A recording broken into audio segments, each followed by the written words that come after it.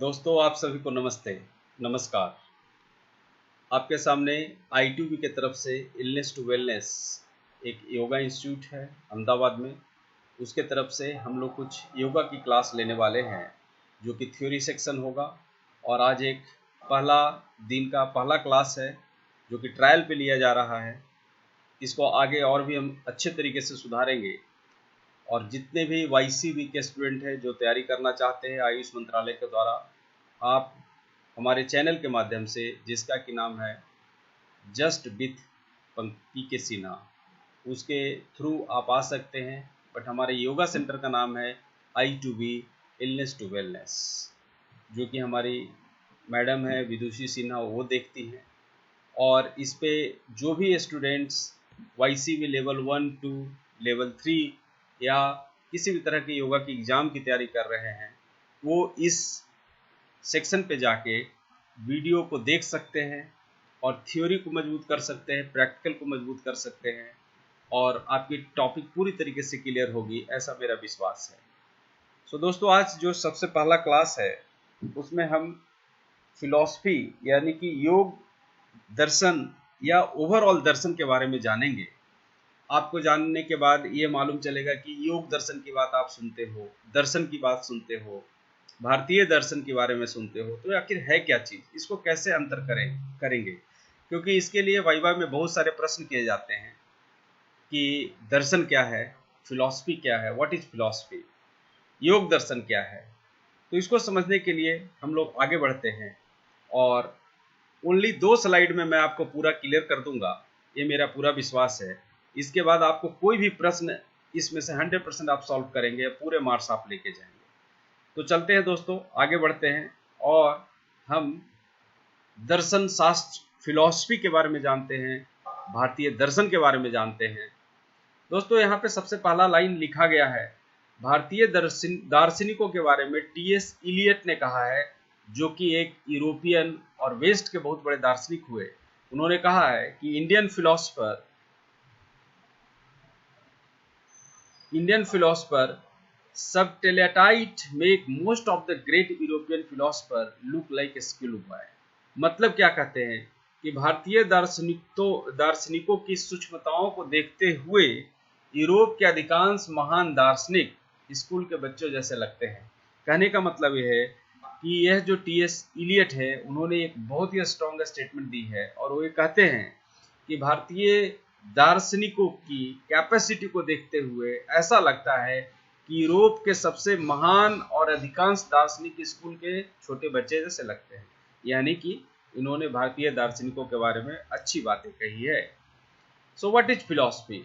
So philosophy is a combination of 2 Greek words, philein plus Sophia, meaning lover of wisdom. जो ज्ञान का पुजारी हो, जो ज्ञान का भक्त हो, उसे हम फिलॉसफर कहेंगे। हम में से हर व्यक्ति अपने आप फिलॉसफर है। कैसे? कोई अमीर आदमी है तो उसे अमीरता जीने की आदत हो गई है, कोई गरीब है तो उसे गरीबता जीने की आदत हो गई है, कोई भिखारी है तो भिखारी में ही खुश है। तो हर व्यक्ति अपने आप में फिलॉसफर है। अब हम जानेंगे कि भारतीय दर्शन और योग का क्या संबंध है। तो इसका संबंध जबरदस्त तरीके से है। हम पहले से समझते हैं कि कितने भारतीय दर्शन हैं। तो टोटल 9 भारतीय दर्शन हैं जिन्हें मान्यता प्राप्त है, जिसमें से 2 पार्ट में हम डिवाइड करेंगे, आस्तिक दर्शन और नास्तिक दर्शन। आस्तिक दर्शन वैसे दर्शन को कहेंगे जो वेदों को प्राथमिकता देते हैं, वेदों की जो महानता है उसको मानते हैं। और नास्तिक दर्शन वैसे दर्शन को कहेंगे जो वेद को सर्वप्रथम नहीं मानते। तो सबसे पहले आस्तिक दर्शन में कितने पार्ट हुए? तो आस्तिक दर्शन में 6 पार्ट हैं।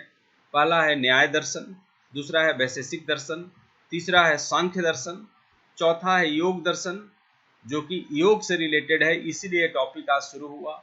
चौथा है योग दर्शन, पांचवा है मीमांसा दर्शन, जिसे कि पूर्व मीमांसा भी कहा जाता है, और छठा है वेदांत दर्शन, जिसे उत्तर मीमांसा भी कहा जाता है। तो ये जो 6 नाम आपके सामने दिखाई दे रहे हैं, ये 6 नाम आस्तिक दर्शन है। यानी कि ये 6 का 6 वेदों की सर्वोपरि होने के सिद्धांत को मान्यता देते हैं। जबकि नास्तिक दर्शन 3 है, जैन दर्शन, बौद्ध दर्शन और चार्वाक दर्शन। ये तीन वेदों की महानता को नहीं मानते हैं, इसलिए इसे नास्तिक दर्शन के कैटेगरी में रखा गया। अब हम देखते हैं कि न्याय दर्शन के प्रवर्तक कौन थे। न्याय दर्शन के प्रवर्तक महर्षि गौतम हैं, वैशेषिक दर्शन के महर्षि कनाद हैं, सांख्य दर्शन के कपिल हैं, महर्षि कपिल, योग दर्शन के महर्षि पतंजलि हैं, मीमांसा दर्शन जिसे पूर्व मीमांसा भी कहेंगे उसके महर्षि जैमिनी हैं, और वेदांत दर्शन को महर्षि व्यास हैं जिसे वेद व्यास भी कहा गया है। कृष्ण द्वैपायन वेद व्यास उनका पूरा नाम है। दोस्तों यहाँ पे हमने अभी तक समझा कि दो तरह के दर्शन है, आस्तिक दर्शन और नास्तिक दर्शन। आस्तिक दर्शन में 6 हो गए, जिसमें न्याय, वैशेषिक, सांख्य, योग दर्शन, मीमांसा और वेदांत दर्शन। और नास्तिक दर्शन 3 है, जिसमें जैन, बौद्ध और चार्वाक दर्शन। अब इसके प्रवर्तक के नाम आपको एग्जाम में पूछे जाते हैं, जैसे कि पूछा गया जैन दर्शन के प्रवर्तक कौन थे, तो हमारे जैन के सबसे 24वें तीर्थंकर महर्षि महावीर स्वामी जी थे, जो कि जैन दर्शन के प्रवर्तक थे। बौद्ध दर्शन के प्रवर्तक तो गौतम बुद्ध थे। चार्वाक दर्शन के बृहस्पति। इस तरीके से आपको ये याद कर लेना है। और अब हम देखते हैं कि इसे 6 दर्शन या षड दर्शन भी कहा जाता है, जो कि आस्तिक दर्शन है, जो कि वेद की सत्ता को मानते हैं। इन 6 दर्शनों को 2-2 करके 3 भागों में भी विभाजित किया जा सकता है। वो कैसे? क्योंकि एक दूसरे से संबंधित हैं। जैसे कि सांख्य दर्शन और योग दर्शन एक दूसरे से संबंधित है, तो एक पहला पार्ट हुआ। न्याय एवं वैशेषिक एक दूसरे से रिलेटेड है, इसलिए दूसरा पार्ट हुआ। तीसरा मीमांसा एवं वेदांत दर्शन भी एक दूसरे से रिलेटेड है, इसलिए आप रिलेशन यानी कि संबंध और अनुपूरकता के हिसाब से 3 पार्ट में डिवाइड कर सकते हैं। इन सबों में सबसे इंपॉर्टेंट बात एक याद रखने की है कि इन दर्शनों में सबसे पुराना कौन सा है, तो सांख्य दर्शन षड दर्शन में सबसे प्राचीन है, जिसे कि प्रवर्तक कौन रहे हैं, महर्षि कपिल रहे हैं। और सांख्य दर्शन का उल्लेख प्रत्यक्ष तौर पर श्री भगवत गीता में उल्लेख है और अप्रत्यक्ष रूप से उपनिषदों में भी इसका उल्लेख मिलता है। तो अभी तक के हमने यहाँ पे जान लिया कि दर्शन क्या है। दर्शन मतलब कि एक तो हुआ आंखों से देखना और एक मन के दृष्टि से भी देखना। जब हम आंखों से देखते हैं तो कई बार गलत चीजें अच्छी के रूप में दिखाई देती है या अच्छी चीजें गलत के रूप में दिखाई देती है। जो मन का दर्शन है और जो भारतीय दर्शन और जो फिलोसफर होते हैं वो हर चीज को तर्क के दृष्टिकोण से देखते हैं कि अगर ये है तो ऐसा क्यों है तो ऐसा क्यों नहीं है। अब आप देखिए दर्शन को कितना महत्व दिया गया है। आप डॉक्टर बन जाओ, इंजीनियर बन जाओ, साइंटिस्ट बन जाओ, सबसे बड़ी डिग्री क्या चीज होती है, पीएचडी की। पीएचडी का फुल फॉर्म क्या होता है, डॉक्टरेट ऑफ फिलॉसफी, यानी कि अल्टीमेटली फिलॉसफर हो जाना किसी भी चीज में वह अल्टीमेट चीज है। और फिलॉसफर तर्कों पे बात किया जाता है, तर्कों पे बात कर, भले आप कॉमर्स पढ़े, साइंस पढ़े, बायोलॉजी पढ़े, फिजिक्स, हिस्ट्री, कुछ भी पढ़े, आपको पीएचडी की जो महत्वपूर्ण और सबसे बड़ी डिग्री है वो फिलॉसफर का डिग्री मिलता है। अब हम लोग आगे बढ़ते हैं। इन सबों दर्शनों में एक एक दर्शन वाइज हम अलग अलग चैप्टर वाइज पढ़ेंगे, बट आज हम लोग एक बेसिक क्लास लिया जा रहा है। इसमें हम सांख्य दर्शन के बारे में थोड़ा डिटेल जानेंगे। तो सांख्य का शाब्दिक अर्थ है संख्या और संख्या संबंधी विश्लेषण। इसमें सर्वप्रमुख 2 धारणा है, प्रकृति और पुरुष, यानी कि हमारी सृष्टि की रचना कैसे हुई है, प्रकृति से और पुरुष से।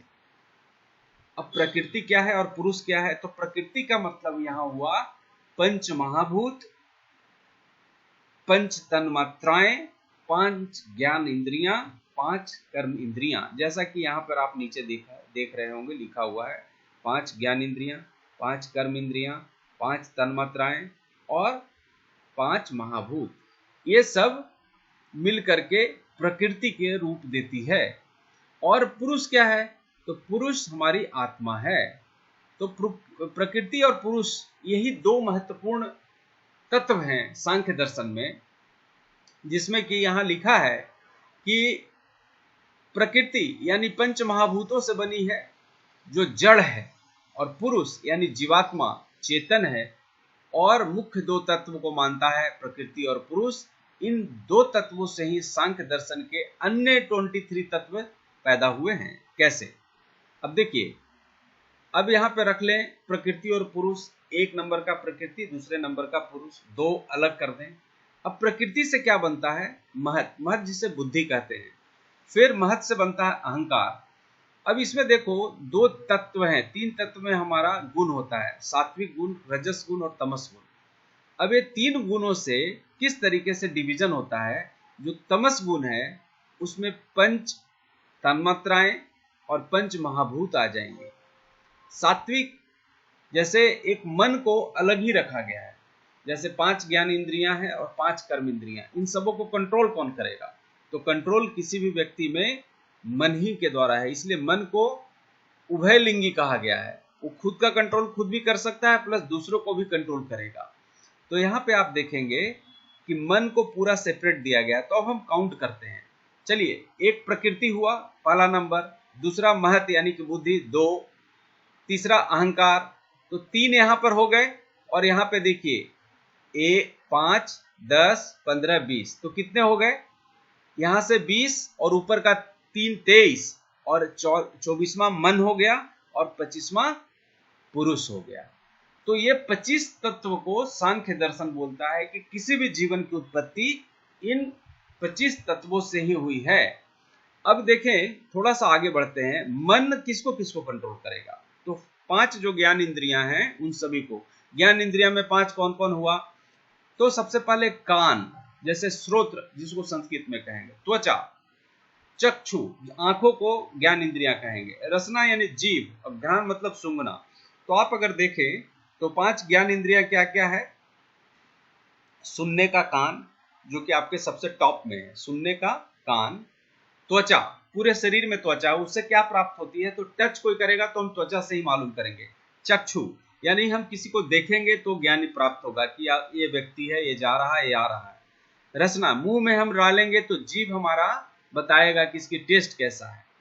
घ्राण, किसी भी चीज को स्मेल भी करके हमारी ये 5 ज्ञान इंद्रियां हैं, यानी नाक। तो हम वापिस एक बार कंक्लूड करते हैं, कान, आंख, नाक, मुंह और त्वचा, ये 5 ज्ञान इंद्रियां हो गई। यानी कि अगर आप हेड के पास अपना हाथ लेके जाएं, मन में आंख बंद करके सोचे कि हमारी 5 ज्ञान इंद्रियां क्या है, तो हेड के पास ही खत्म हो जाएगा। कान हो गए दोनों, नाक हो गए, मुंह हो गया, इसके अलावा आपका त्वचा हो गया। तो आंख, नाक, कान और स्मेल, नाक से क्या करेंगे? स्मेल लेंगे। ये हो गया 5 ज्ञान इंद्रियां। अब 5 कर्म इंद्रियां क्या है? यानी कि आप कोई काम, कर्म इंद्रियां कैसे समझते, जिसके वजह से आप वो काम कर पाते हो। तो जैसे मुंह, मुंह का काम केवल खाना नहीं है। मुंह तो ऐसा चीज है कि बैठे बैठे कुछ भी करवा सकता है। आपने अच्छी बातें की तो पान खाने को मिलेगा, और गलत बातें की तो लात भी खाने को मिलेगा। तो मुंह कर्म है, यानी बोलने की चीज। मुंह से ही आदमी राजा बन सकता है और फकीर भी बन सकता है। दूसरा पैर, पैरों से चल करके आप काम करते हो, पैरों के ऊपर हम खड़े होकर के कुछ भी बोझा उठा सकते हैं, तो कर्म इंद्रियां हैं। मुंह एक कर्म इंद्री है, ध्यान रहे। पैर आपका कर्म इंद्री है। पानी, पानी कहा जाता है हाथों को। जैसे आपको याद होगा पाणी ग्रहण संस्कार, जब शादी होती है ना, तो लड़की का जब हाथ दूसरे लड़के के हाथ में दी जाती है तो उसे पाणी ग्रहण संस्कार कहते हैं। तो पाणी संस्कृत शब्द है जिसका मतलब हाथ हुआ। सो अभी हम कर्म इंद्रिया की बात कर रहे हैं। मुंह हो गया, पैर हो गया, हाथ हो गया। पायु, पायु क्या है? आपका मल द्वार, वह भी एक आपका कर्म इंद्रियां है। अगर आपको सब चीज दे दिया जाए और आपको टॉयलेट जाने से मना कर दिया जाए तो आपको प्रॉब्लम आ जाएगा। उपस्थ जनन अंग को कहा गया है, तो एक कर्म इंद्रिया। अगर किसी का व्यक्ति का जीवन भर में कोई बच्चा ही नहीं है तो उसकी फर्दर जनरेशन बंद हो जाएगी। तो एक कर्म इंद्रिया, आप देखेंगे कि इसके द्वारा ही मापे जाते हैं व्यक्ति, उनके कर्मों के द्वारा।